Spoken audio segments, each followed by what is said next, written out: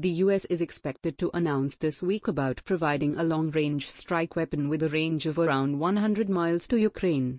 The weapon, called the Ground-Launched Small Diameter Bomb, GLSDB, combines a 250-pound aircraft bomb with a GPS seeker, wings, and a rocket motor. This weapon would allow the Ukrainian military to attack high-value Russian sites beyond the range of Western-supplied munitions. In a $2.6 billion weapons package, the US is anticipated to announce the weapons system and an additional 100 Stryker and 50 Bradley infantry fighting vehicles. The announcement is anticipated on January 20 during a meeting of Western defense ministers to discuss funding, arming, and guiding the Ukrainian military at America's Ramstein Air Force facility in Germany.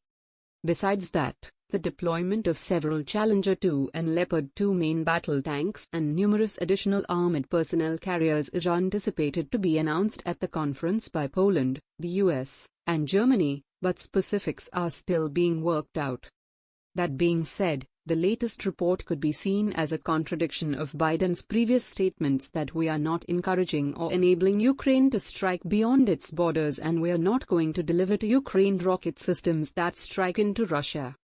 Furthermore, the anticipated announcement of the new long-range weapons comes as the New York Times sources suggest the Biden administration is openly considering supporting an attack by the Ukrainian military on the Crimean Peninsula, which Russia has occupied since 2014. The Biden administration took a step closer to giving Kyiv what senior Ukrainian officials have been pleading for months: direct American assistance for Ukraine to go on the offense, including targeting Crimea, the Times reported.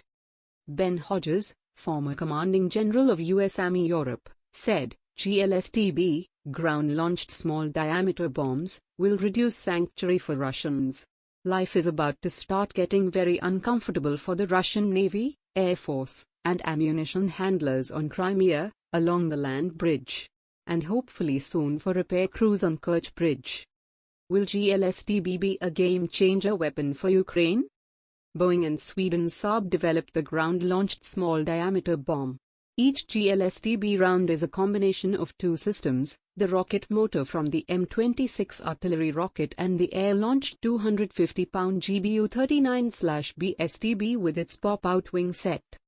The M26 is one of the rockets that can be launched from the M270 multiple launch rocket system, MLRS, and derivatives, as well as the M142 high mobility artillery rocket system, HIMARS. The ground-based GLSDB application is reported to have the firepower to kill various targets, ranging from soft-skinned vehicles to fortified bunkers. That implies its employment in Ukraine would be a significant concern for Russian soldiers, who are already facing the fury of HIMARS. In a Twitter thread, an open-source intelligence expert Benjamin Pittet explained why the weapon might be a game-changer for Ukrainian forces, naming a few high-value Russian sites that the GLSDB could destroy. The weapon system, which has a maximum range of 150 kilometers, could effectively blanket the Ukrainian region taken since February 2022 and some areas of northern Crimea from the front line. This makes many significant and well-known targets accessible to these systems, Pittet said. He highlighted Dzhankoy airfield as a critical target within the weapon system's range. This airbase is one of the main Russian air bases used to attack Ukraine. Su-25s and helicopters operate in southern Ukraine from Dzhankoy. The base also regularly hosts heavy transport aircraft, he noted. In December 2022, the facility was reported to have emerged as a central logistics hub for the Russian army and a base for Russian assault helicopters.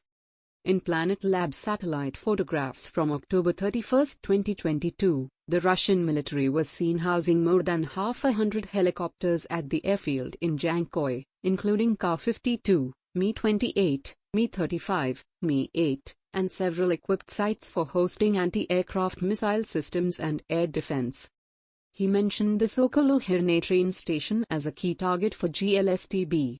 The station is currently out of the range of Ukrainian MLRS and has turned into a safe zone for Russian soldiers. Pittet then pointed out another Russian airbase, Berdyansk airfield, that would be vulnerable to long-range Ukrainian weaponry. He explained that Russia feels safe in newly established heliports such as the Berdyansk airfield due to Ukraine's limited long-range capabilities. Finally, Pittet stated that the new long-range system would be able to reach Luhansk city, which includes several highly crucial targets, including troop housing, command centers, vehicle parks, fuel depots, train terminals, and a heliport. However, even if the US approves the delivery of GLSDB to Ukraine, its effectiveness on the battlefield is still in doubt. The Eurasian Times previously highlighted that the GLSDB's greater lethality would come with increased vulnerability to the Russian AT systems like the Pantsir Tor designed to take out small aerial targets. However, if too many GLSDBs can breach Russian defenses, Russia may decide to escalate the situation and maybe begin employing Iranian-made ballistic missiles.